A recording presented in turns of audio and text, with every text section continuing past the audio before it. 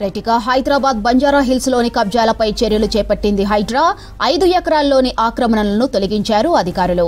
హైడ్రా స్వాధీనం చేసుకున్న భూమి విలువ 750 కోట్ల వరకు ఉంటుంది. గతంలో జలమండలికి ఎకరం 20 గుంటలు కేటాయించింది సర్కార్. అయితే ఎకరం 20 గుంటలతో పాటు 5 ఎకరాలు తమదంటూ కోర్టుకెక్కారు పార్థసారథి అనే వ్యక్తి. చుట్టూ ఫెన్సింగ్ వేసి బౌన్సర్లతో పాటు కుక్కలతో కాపలా పెట్టారు.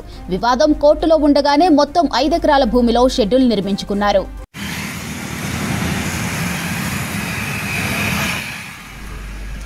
సిటీలోని అనేక ప్రాంతాలకు తాగునీరు అందించేందుకు వాటర్ రిజర్వాయర్ నిర్మించాలన్న జలమండలి ప్రయత్నాలకు అడ్డుకున్నారు పార్థసారథి. దీంతో పార్థసారథిపై బంజారాహిల్స్ పోలీస్ స్టేషన్లో 4 క్రిమినల్ కేసులు పెట్టారు రెవెన్యూ జలమండలి అధికారులు. తర్వాత హైడ్రాకు ఫిర్యాదు చేశారు. 403 సర్వే నెంబర్లో ప్రభుత్వ భూమి ఉంటే 403/52 నెంబర్ వేసి ఆక్రమణలకు పాల్పడినట్లు గుర్తించింది హైడ్రా. ఆన్ రిజిస్టర్ సీల్ డీడ్తో 5 ఎకరాల ప్రభుత్వ భూమి తనదంటూ పార్థసారథి క్లెయిమ్ చేశారు.